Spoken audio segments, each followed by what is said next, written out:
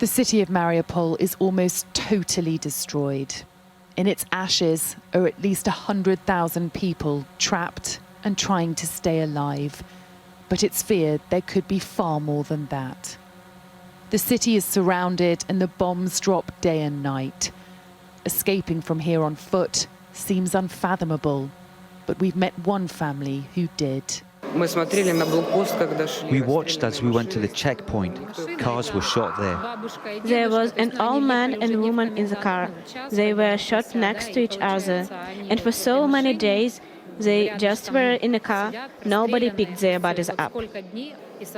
We walked down the street and there was an apocalypse around us.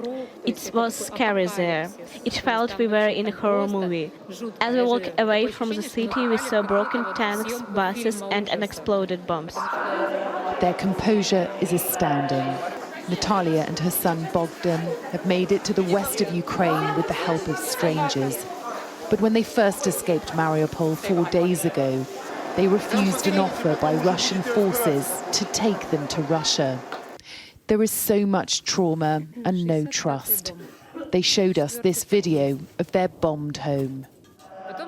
The shells started to hit, they flew into the yard, broke down on balcony. A man went out on the balcony to smoke and the balcony was hit by a shell. He died. Then more. A bomb also flew into the neighbour's house. The house burned down completely.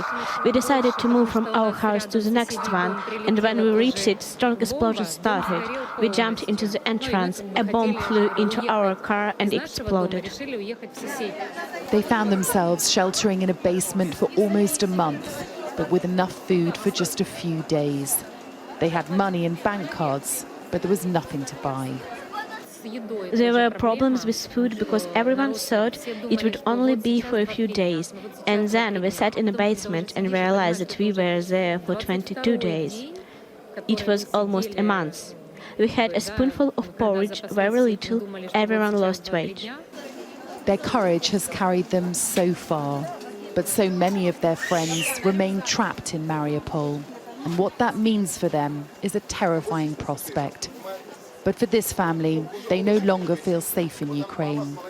Poland is the next stop, with no plan beyond survival. Sally Lockwood, Sky News, Lviv in Western Ukraine.